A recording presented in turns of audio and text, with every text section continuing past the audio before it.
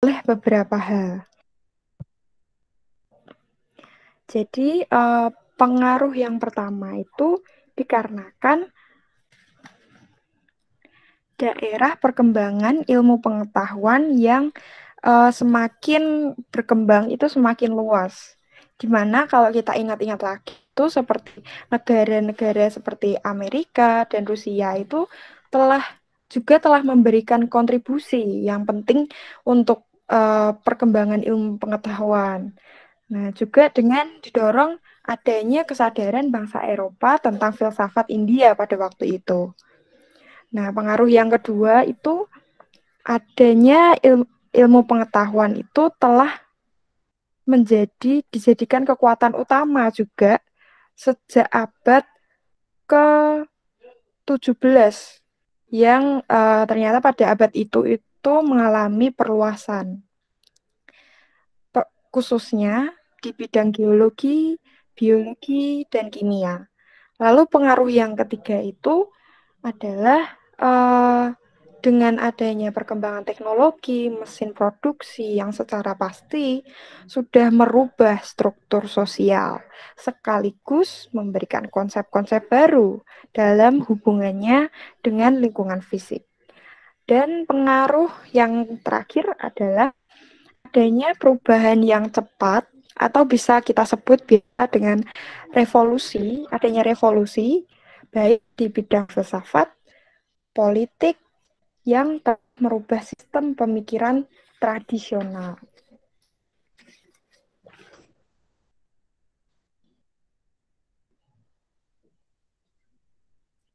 Dan selanjutnya, ilmu pengetahuan itu tentunya memiliki hakikat ilmu pengetahuan. Nah, dalam hakikatnya, ilmu pengetahuan itu memiliki dua aspek yang terkandung di dalamnya, yakni yang pertama, aspek fenomenal, dan yang kedua merupakan aspek struktural. Nah, pada bagian aspek fenomenal itu menjelaskan pada aspek fenomenal ini itu menjelaskan bahwa ilmu pengetahuan itu dapat ditunjukkan atau diwujudkan atau dimanifestasikan dalam tiga bentuk, yakni bentuk masyarakat, bentuk proses, dan bentuk produk. Jadi sebagai bentuk masyarakat itu, ilmu pengetahuan itu menampakkan diri sebagai suatu masyarakat atau sebagai suatu kelompok yang dalam kehidupan kesehariannya itu begitu mematuhi kaidah-kaidah ilmiah yang bersifat universalisme, komunalisme, dan skepsisme yang teratur dan tentunya terarah. Untuk bentuk proses dalam aspek fenomenal ini, ilmu pengetahuan itu menampakkan diri sebagai aktivitas atau kegiatan kelompok atau masyarakat itu dilakukan dalam upayanya untuk menggali dan mengembangkan ilmu misalnya melalui penelitian, eksperimen, ekspedisi, seminar, ataupun kongres. Nah, sedangkan untuk bentuk produk dalam aspek fenomenal ini, ilmu pengetahuan itu menampakkan diri sebagai hasil dari kegiatan satu kelompok atau masyarakat tadi yang sudah saya jelaskan sebelumnya, yang berupa teori, ajaran, paradigma, temuan-temuan lain yang sebagaimana itu disebarluaskan melalui karya-karya publikasi yang kemudian diwariskan kepada masyarakat di seluruh dunia. Lalu saya lanjutkan untuk aspek struktural. Di sini tokoh bernama Kunto Wibisono, beliau menjabarkan secara aspek struktural dalam ilmu pengetahuan itu terkandung 4 unsur, yakni sasaran yang dijadikan objek untuk mengetahui, atau beliau menyebutnya sebagai Gegenstand.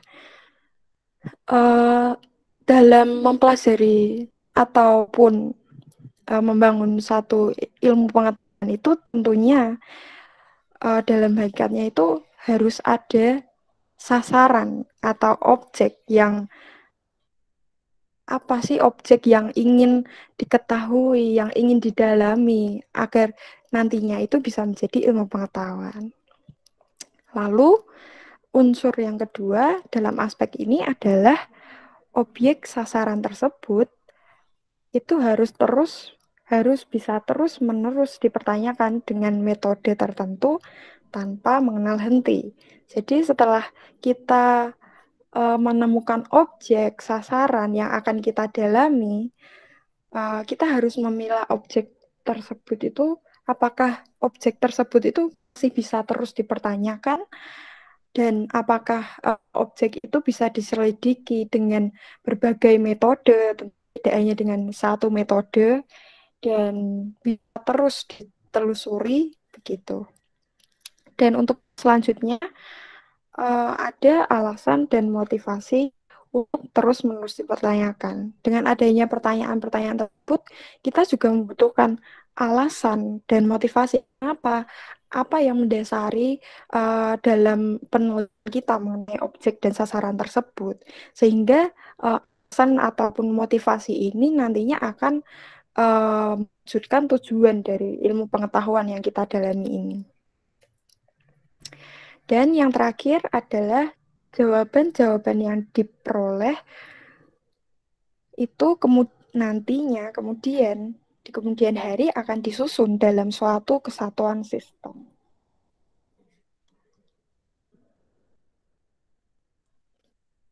Seperti yang sudah saya bicarakan, yang sudah saya katakan sebelumnya, bahwa ilmu pengetahuan itu nantinya harus memiliki tujuan.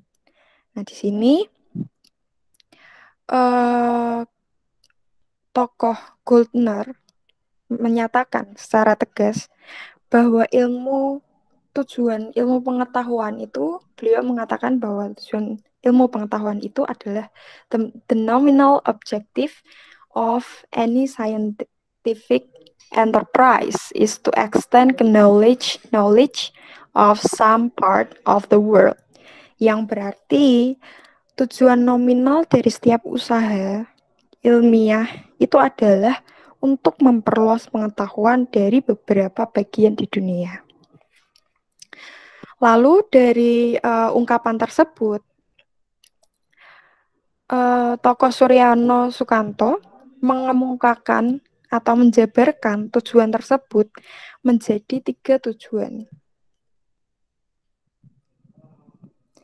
Yang pertama, yakni ilmu pengetahuan itu bertujuan untuk membuat deskripsi, yaitu a cataloging or classification of the range of elements seen as comprising a given subject matter domain, atau yang bisa diartikan sebagai katalogisasi atau klasifikasi rentang elemen yang dianggap terdiri dari domain materi pelajaran tertentu. Jadi ilmu pengetahuan itu nantinya bisa digunakan untuk mengklasifikasikan atau mengkatalogisasikan untuk beberapa materi tertentu. Begitu. Lalu yang selanjutnya, tujuan dari ilmu pengetahuan itu adalah ilmu pengetahuan bertujuan untuk menjelaskan, yang menurut Rescher adalah in explaining a fact, we place this fact in the context of others in such a way that they illuminate its existence. Jadi dalam tujuan ini, Rescher menjelaskan bahwa ilmu pengetahuan itu digunakan untuk menjelaskan fakta, di mana kita bisa menempatkan fakta itu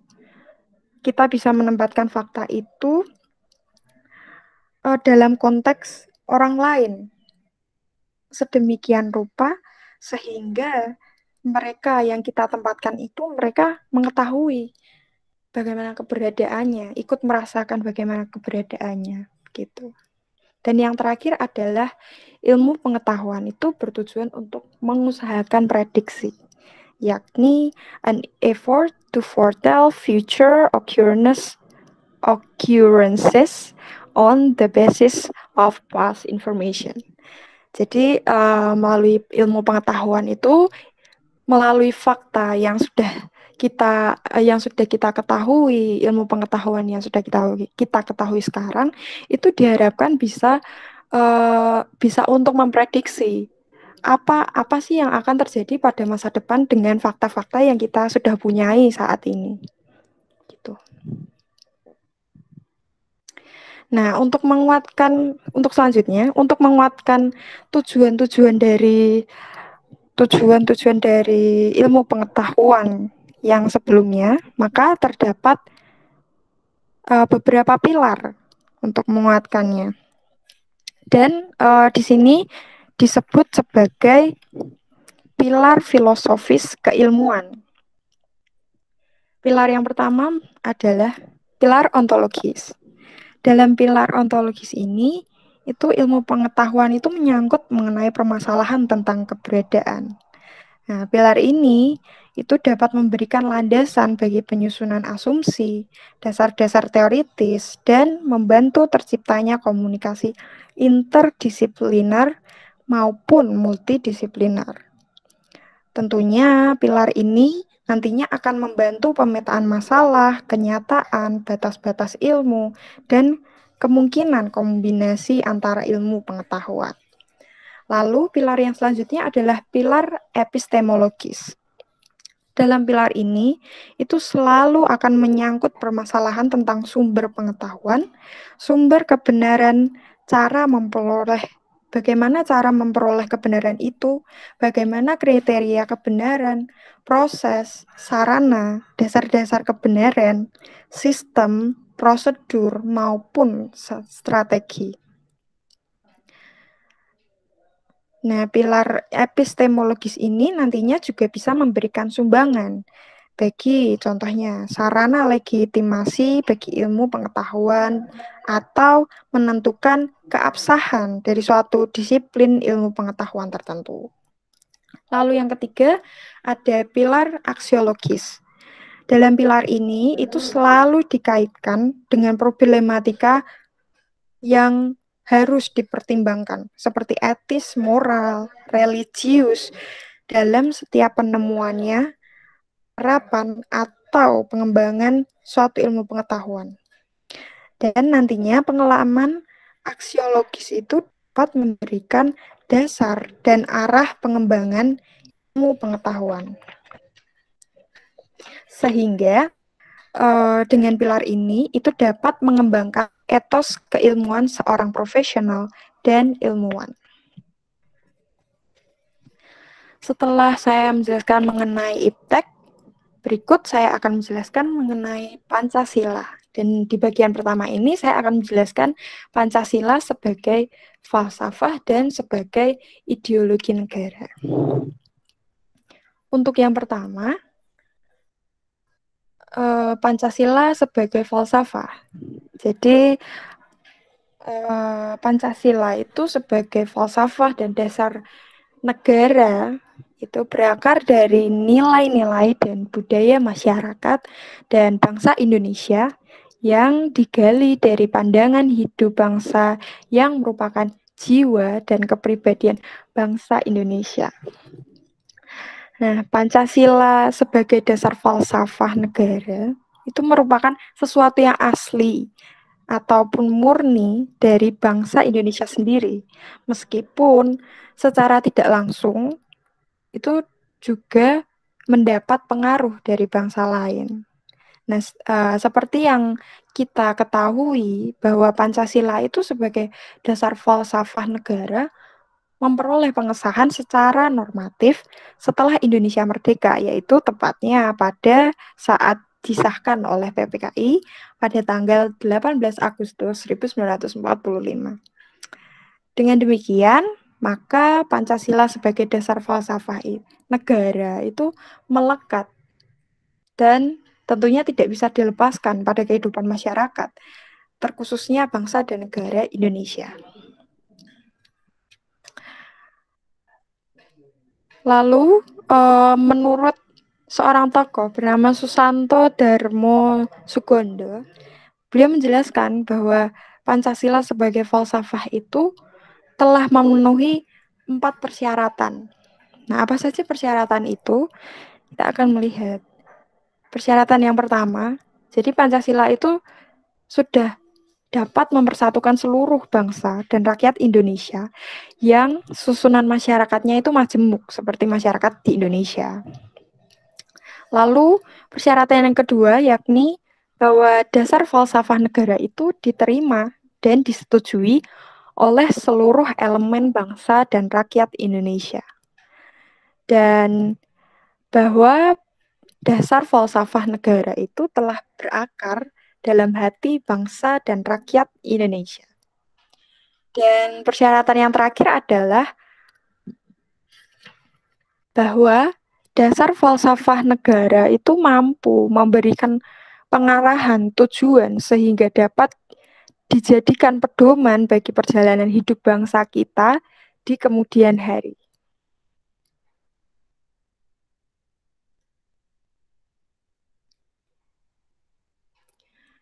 Nah, Pancasila itu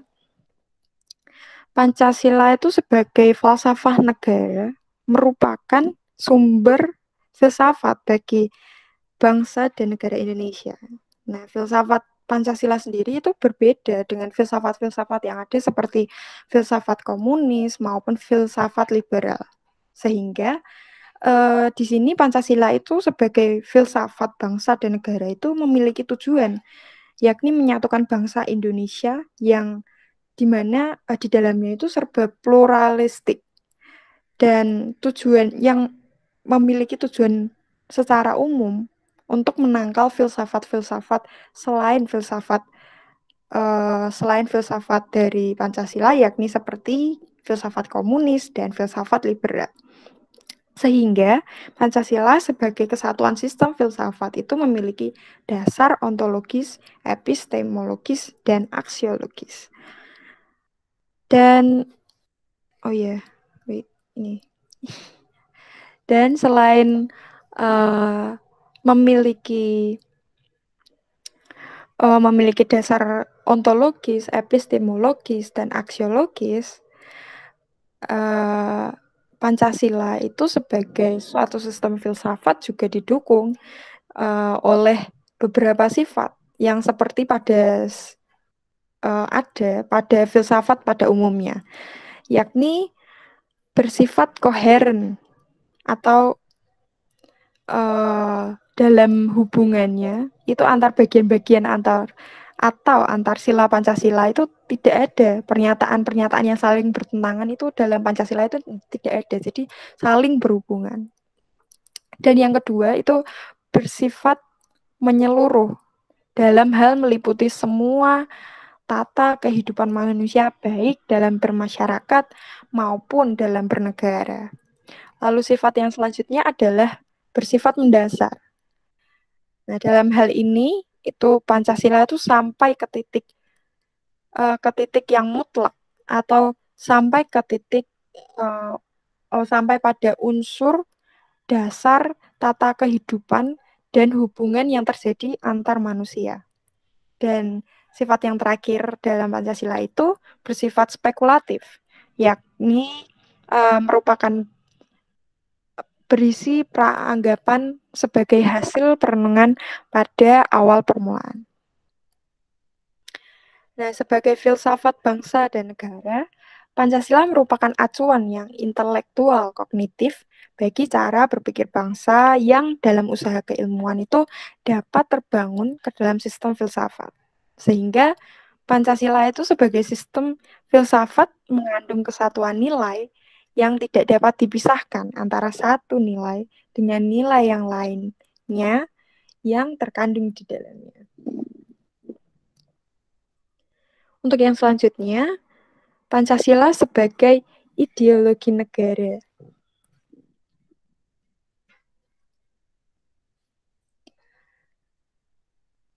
Sebagai ideologi negara, Pancasila itu termasuk ideologi negara dengan tipe ideologi yang terbuka.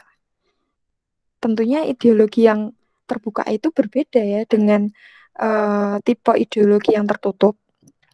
Jadi ideologi yang terbuka itu merupakan ideologi yang lahir dan digali dari nilai-nilai yang lahir juga dari masyarakat itu sendiri, yang bukan dipaksakan dari luar dan juga bukan dipaksakan dari kehendak kelompok tertentu.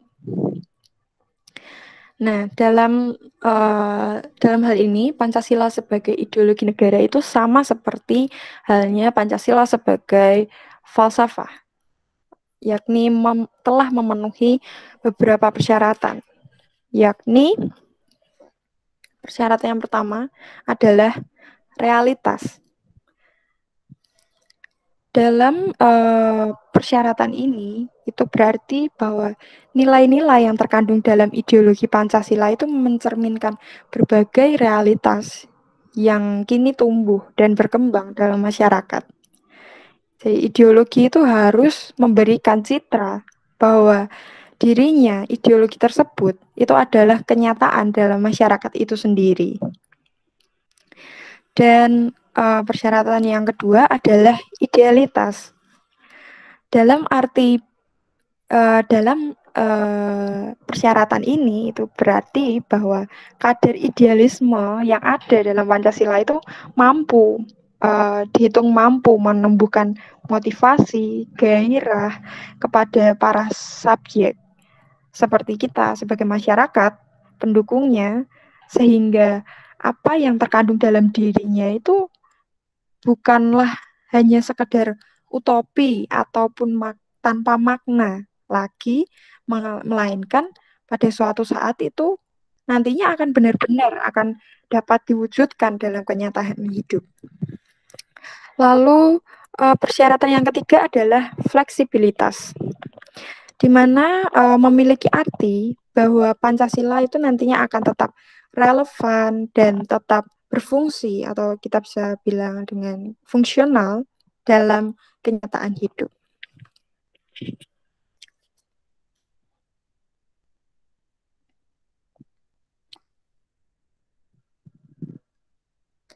Pancasila sebagai dasar negara Indonesia itu memiliki tiga pengertian sekaligus tiga tingkatan. Lalu apa saja pengertian sekaligus tiga tingkatan itu? Yang pertama, Pancasila itu dijadikan sebagai dasar negara yang bersifat abstrak, universal, seperti yang tercantum pada pembukaan UUD 1945, dan itu yang terutama. Dan yang kedua, Pancasila itu dijadikan sebagai pedoman penyelenggaraan negara yang bersifat umum dan kolektif seperti tercantum pada batang tubuh UUD 1945. Dan yang terakhir, Pancasila dijadikan sebagai petunjuk kebijakan penyelenggaraan negara yang bersifat khusus konkret seperti yang terdapat pada UU, PP, Perpres, dan sebagainya. Jadi segala aturan yang tertulis itu seperti UU, PP, Perpres, dan lain-lain itu harus berdasarkan Pancasila. Nah, untuk selanjutnya, saya akan menjelaskan mengenai Pancasila sebagai landasan pengembangan ilmu, pengetahuan, dan teknologi sebagai bagian yang kedua dalam presentasi saya.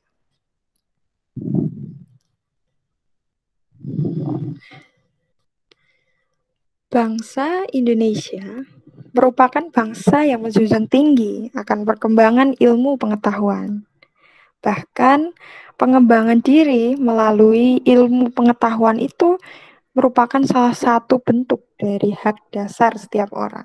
Nah, begitu pula yang sebagaimana diatur dalam Konstitusi Indonesia, yakni pasal 28C ayat 1 UUD NR Negara Republik Indonesia pada tahun 1905 yang menyatakan bahwa setiap orang itu berhak mengembangkan diri melalui pemenuhan kebutuhan dasarnya, berhak mendapatkan pendidikan dan memperoleh manfaat ilmu pengetahuan dan teknologi, seni dan budaya demi meningkatkan kualitas hidupnya dan demi kesejahteraan umat manusia.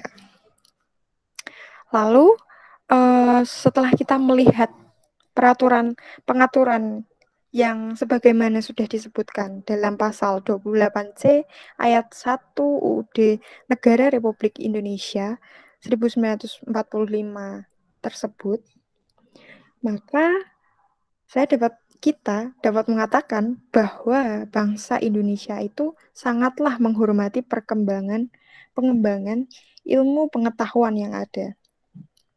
Sebagai bangsa dan negara Indonesia yang berlandaskan kepada Pancasila, maka setiap aspek kehidupan itu harus berdasarkan kepada nilai-nilai Pancasila, termasuk dalam mengembangkan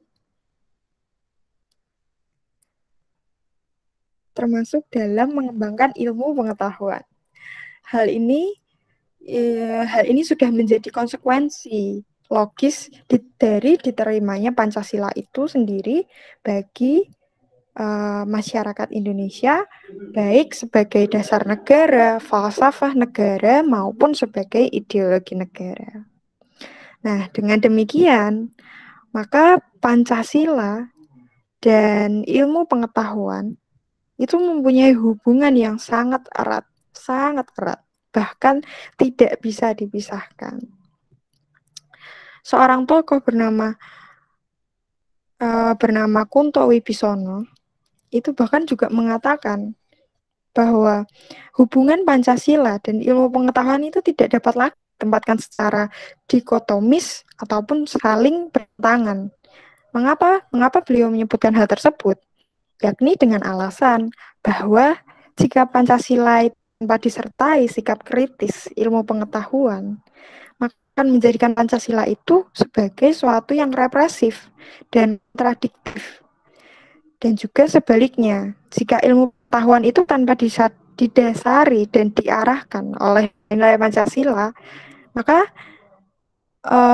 ilmu pengetahuan itu nantinya akan kehilangan arah konstruktifnya dan akan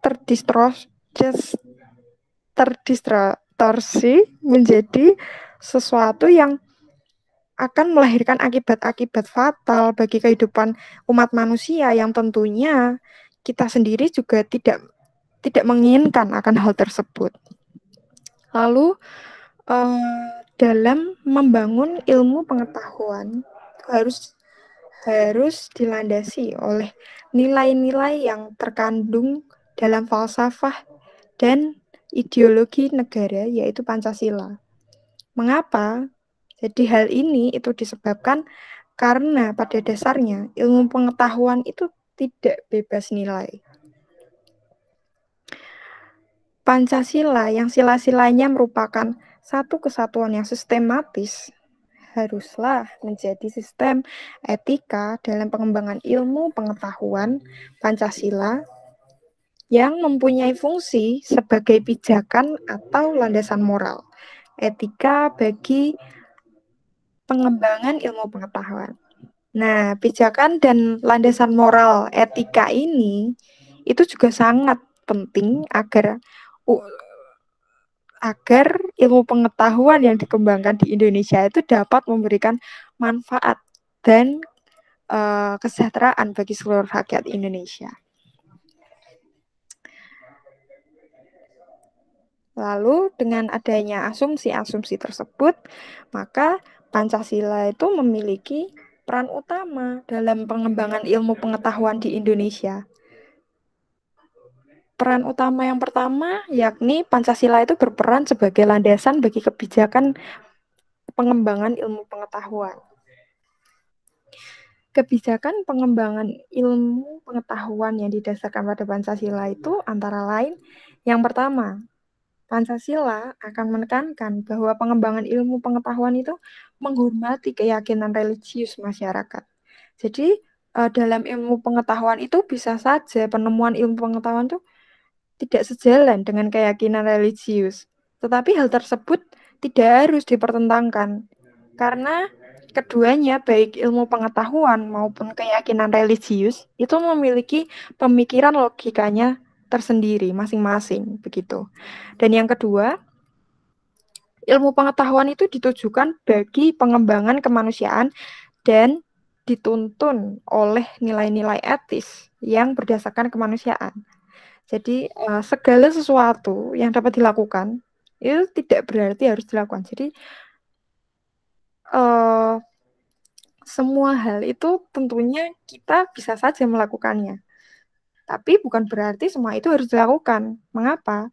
Jadi tetapi penentuan dari apa yang harus dilakukan dan tidak harus dilakukan dari pertimbangan etis yang berdasarkan kemanusiaan. Jadi apa yang akan kita lakukan itu juga harus melalui pertimbangan etis yang berdasarkan kemanusiaan yang kemudian akan menuntun apa yang harus kita lakukan dan apa yang tidak harus kita lakukan gitu. Untuk yang selanjutnya, kebijakan ketiga, yakni ilmu pengetahuan itu merupakan unsur yang menghomogenisasikan budaya, maka juga merupakan unsur yang mempersatukan dan memungkinkan komunikasi antar masyarakat. Jadi peran utama Pancasila sebagai kebijakan pengembangan ilmu pengetahuan yang didasarkan pada Pancasila itu harus bisa menjadi komunikasi antar masyarakat, dapat membangun penguasaan ilmu pengetahuan itu melalui sistem pendidikan, di mana sistem pendidikan ini dapat dijadikan sebagai sarana untuk memperkokoh, memperkuat kesatuan, dan membangun identitas nasional dalam negara kita. Lalu kebijakan yang keempat adalah prinsip demokrasi yang akan menuntun bahwa penguasaan ilmu pengetahuan itu haruslah merata ke semua masyarakat. Maka pendidikan merupakan pendidikan itu nantinya akan menjadi tuntutan untuk seluruh masyarakat. Dan kebijakan yang kelima, kebijakan yang terakhir yang juga terkait dengan kebijakan sebelumnya, yakni bahwa kesenjangan dalam penguasaan ilmu pengetahuan itu harus dipersempit terus-menerus. Sehingga penguasaan ilmu pengetahuan itu nantinya akan semakin merata sebagai konsekuensi dari prinsip keadilan sosial. Lalu peran utama Pancasila yang kedua, yakni Pancasila berperan sebagai dasar pengembangan etika ilmu pengetahuan. Menurut tokoh bernama Satra Prateja, dalam setiap sila Pancasila dapat menjadi prinsip etis pengembangan ilmu pengetahuan. Misalnya, pengembangan ilmu pengetahuan itu terlebih yang menyangkut manusia, tentunya haruslah selalu menghormati martabat manusia, misalnya dalam rekayasa genetik.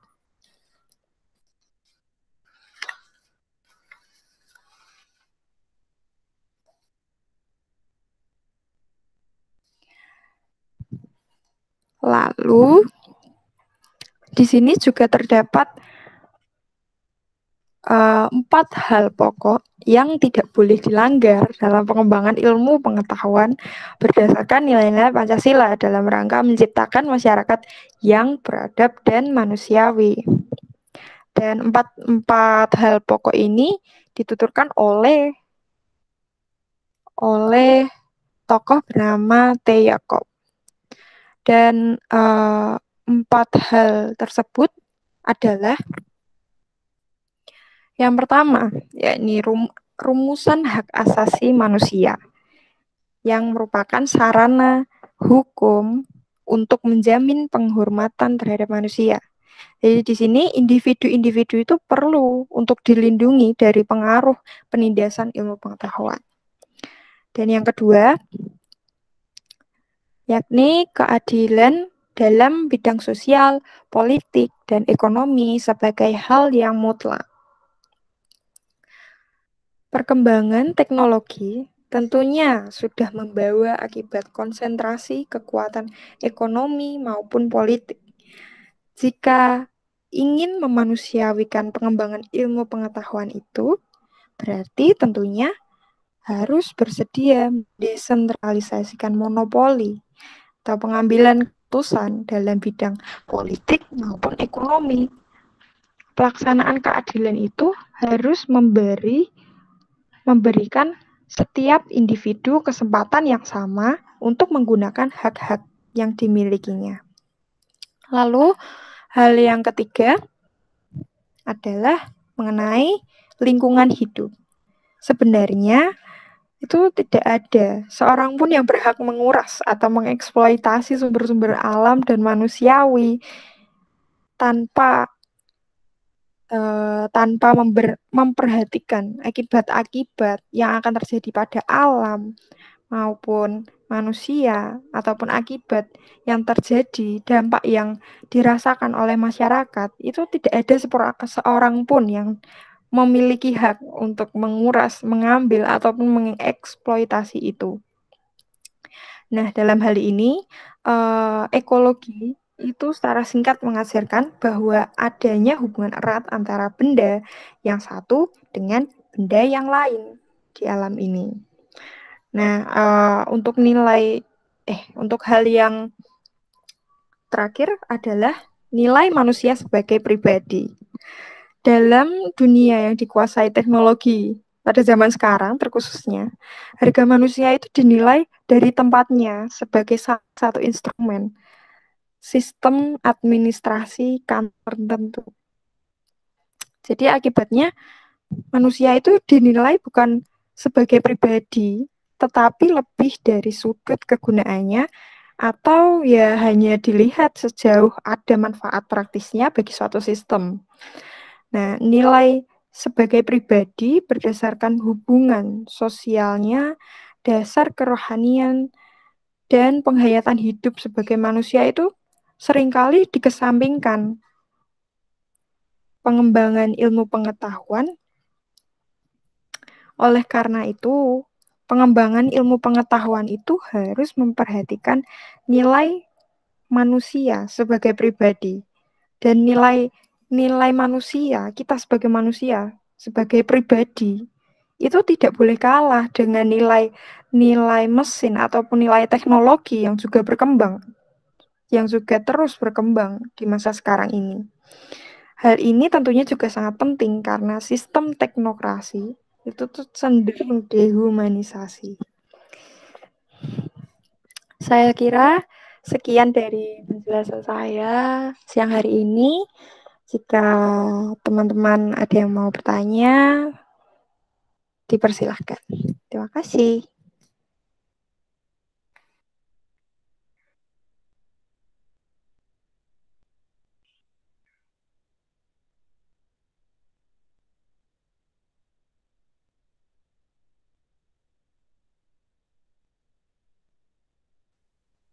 Baik, luar biasa sekali penjelasan dari Maisela Mega, sangat jelas, sangat padat ya begitu. Silahkan teman-teman lain yang mau bertanya, saya persilahkan.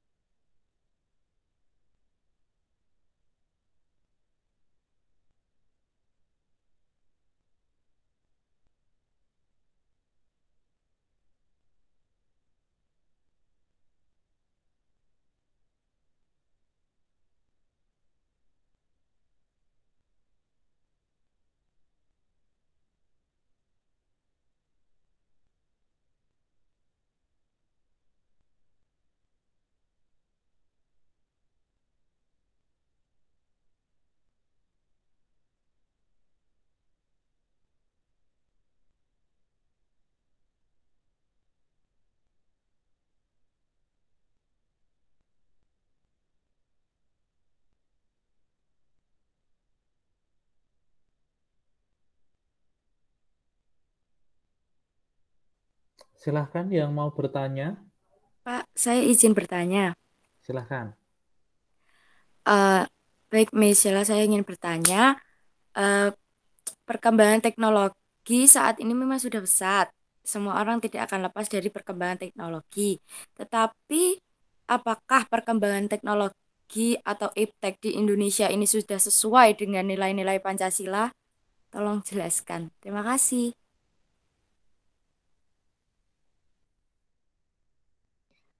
Baik, terima kasih untuk pertanyaannya. Eh, Mungkin bisa langsung saya jawab, Pak. Bisa, silahkan. Oh iya, jadi eh, untuk melihat sesuai atau enggak peran-peran dari Pancasila itu, jadi kita harus kembali melihat pentingnya Pancasila sebagai dasar pengembangan ilmu itu ternyata dapat ditelusuri dalam hal-hal yang contohnya sebagai berikut ya. Jadi pertama, pluralitas nilai yang berkembang dalam kehidupan bangsa Indonesia uh, pada zaman ini itu seiring dengan kemajuan iptek itu juga menimbulkan perubahan ternyata ya dalam cara pandang manusia tentang kehidupan. Nah, hal ini itu tentunya membutuhkan refleksi yang terus-menerus harus didalami agar bangsa Indonesia itu tidak terjerumus ke dalam penentuan keputusan nilai yang tidak sesuai dengan kepribadian bangsa Indonesia. Jadi Pancasila itu harus terus direnungkan, direfleksikan, mendalam untuk kita kita sebagai masyarakat Indonesia agar ya tidak terjerumus dalam hal-hal yang tidak sesuai dengan kepribadian bangsa kita. Nah, yang kedua itu dampak negatif yang ditimbulkan dari kemajuan iptek itu sendiri terhadap lingkungan hidup itu berada dalam titik yang membahayakan ternyata ya eksistensinya dalam ekstensi hidup manusia di masa yang akan datang. Oleh karena itu diperlukan tuntutan moral bagi para ilmuwan dalam pengembangan iptek di Indonesia. Nah, yang selanjutnya perkembangan iptek yang didominasi negara-negara barat dengan politik global itu ikut mengancam juga nilai-nilai khas yang ada dalam kehidupan bangsa Indonesia, dalam bangsa kita, seperti spiritualitas, gotong royong, solidaritas, musyawarah, dan cita, dan rasa keadilan.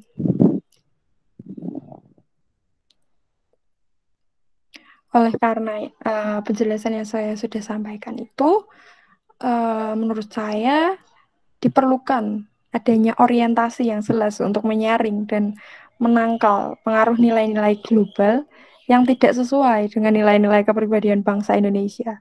Jadi meskipun iptek itu terus berkembang, kita sebagai masyarakat Indonesia uh, yang juga mengikuti perkembangan tersebut, tentunya kita tidak hanya bisa mengikuti begitu saja, tetapi kita juga harus mendapatkan orientasi yang jelas. Kita harus bisa menyaring dan menangkal pengaruh-pengaruh mana sih pengaruh nilai-nilai yang tidak sesuai, pengaruh pengaruh nilai-nilai global yang tidak sesuai dengan kepribadian bangsa kita sendiri.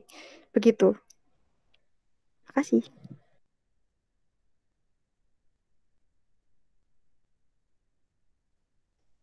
Apakah ada tambahan lagi dari Stefani?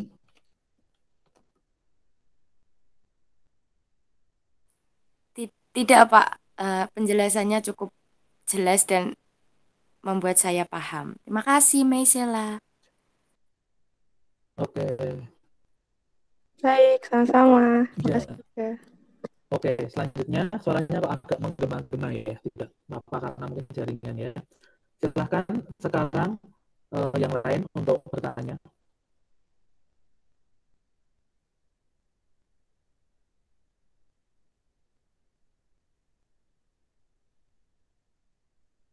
Brian atau Azahra atau Gerald, silahkan.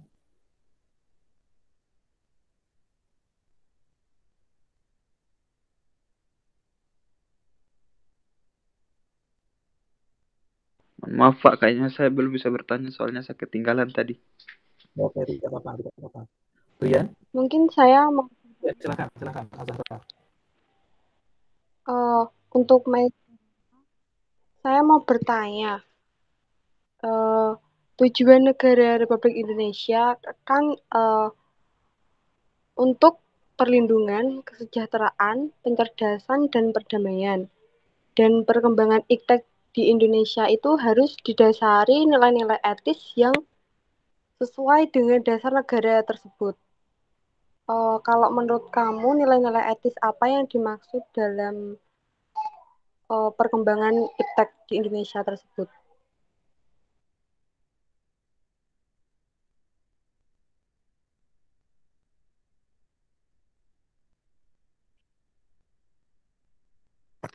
Terima kasih untuk jawabannya.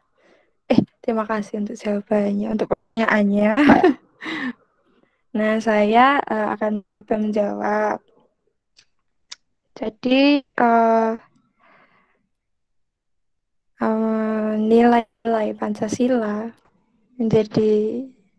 Pancasila itu menjadi sumber motivasi bagi perkembangan ilmu pengetahuan dan teknologi atau kita biasa sebut iptek nasional dalam mencerdaskan bangsa yang punya nilai-nilai Pancasila tinggi serta menegakkan kemerdekaan secara utuh, kedaulatan, dan martabat nasional dalam mewujudkan negara Indonesia yang merdeka.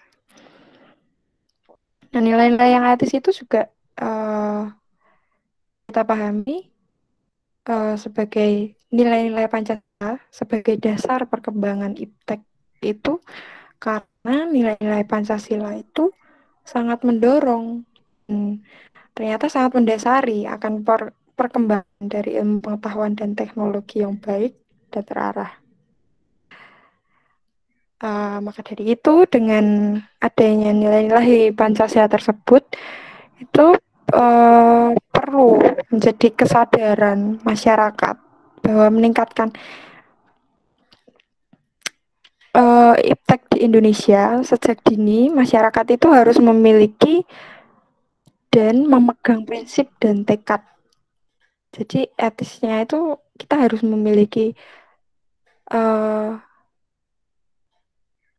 harus memiliki prinsip dan tekad yang benar-benar kukuh dan kuat, yang ya seperti yang saya sudah jelaskan tadi, yaitu ya berlandaskan pada nilai Pancasila yang merupakan kepribadian atau ciri khas dari bangsa Indonesia. Begitu, Pak.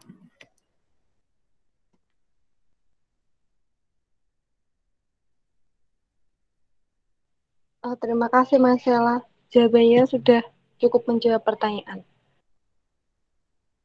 Oke, sudah. Baik, terima kasih Ya. juga Sekarang atas pertanyaannya. mungkin terakhir ya, Brian, ada pertanyaan?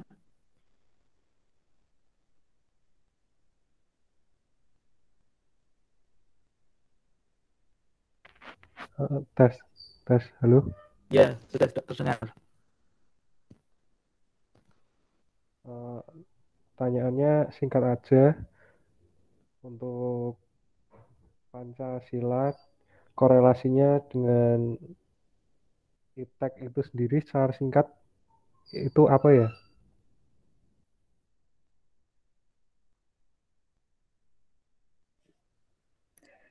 Jadi kalau secara singkat dari iptek sama Pancasila itu perkembangan iptek itu kan seperti yang kita tahu itu kan mengglobal. Perkembangan iptek itu kan mengglobal. Nah, kita sebagai bangsa Indonesia, kita yang punya dasar yang kuat yaitu Pancasila. Nah, kita nggak boleh apa ya? Kita boleh mengikuti perkembangan itu, tapi kita kita harus tetap kokoh sama kepribadian kita sebagai Pancasila. Nah, seperti itu. Kalau singkatnya dari saya seperti itu sih. Oke, terima kasih. Oke, baik. Terima kasih Maisela yang sudah menjelaskan materi mengenai materi Pancasila dan IPTEK hubungannya. Sudah sangat jelas, tadi ada aspek ontologis, juga ada epistemologis dan aksiologis, itu yang sangat berperan aktif di dalam pengembangan ilmu pengetahuan begitu ya. Ontologis itu mengenai hakikat, epistemologis itu mengenai asal-usul kata begitu, dan aksiologis mengenai kebermanfaatan atau kegunaan dari suatu ilmu pengetahuan begitu. Terima kasih juga teman-teman lain yang sudah menanggapi dan bertanya begitu. Oke, ini adalah pertemuan terakhir begitu ya. Sebelum TAS, saya akan menyampaikan materi TAS. Materi TAS mulai dari negara berkemanusiaan yang adil dan beradab, negara kesatuan Indonesia, negara berkerakyatan, negara berkeadilan sosial, Undang-Undang 1945 dan amandemennya, serta materi terakhir ini yaitu Pancasila dan IPTEK begitu. Nanti TAS-nya akan saya buka di hari Jumat dan di hari Sabtu akan saya tutup begitu ya. Dari hal ini, apakah ada yang mau ditanyakan dulu?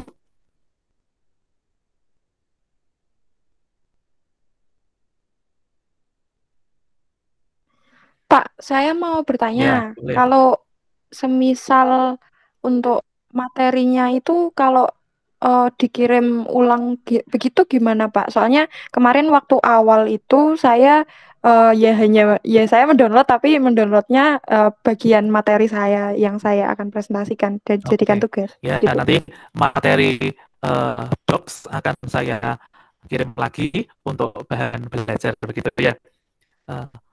Begitu saja, ada yang lain? Oh iya, ya, ya, oke. Apakah ada yang Baik, lain terima yang mau kasih. disampaikan? Ya, Halo, Pak. Mau tanya sistematika tesnya itu bagaimana, Pak? Apakah seperti kuis kemarin atau tertulis? ya, untuk tesnya seperti TTS kemarin ya, dengan kuisis begitu. Ya, sama-sama. Oke, Begitu baik. Terima saja kasih, Pak. untuk pertemuan kali ini. Saya selaku pengajar dari pertemuan pertama sampai pertemuan terakhir ini memohon maaf jikalau saya dalam bertutur kata, dalam mengajar, di dalam berkomunikasi di WA Group juga ada kesalahan. Saya mohon maaf, dan nantinya sebelum kalian melihat nilai kan mengisi evaluasi, ya saya minta kalian mengisi yang baik-baik begitu ya, supaya keberlangsungan kita semakin baik begitu. Dan setelah ini silahkan untuk 1 jamnya kalian untuk belajar untuk TAS ya, mempersiapkan TAS di hari Jumat, nanti saya buka, dan hari Sabtu saya akan tutup begitu. Demikian untuk pertemuan hari ini. Semoga bermanfaat. Ini pertemuan terakhir, tetapi tali silaturahmi kita jangan terputus begitu ya. Demikian untuk pertemuan hari ini. Selamat sore dan Tuhan memberkati.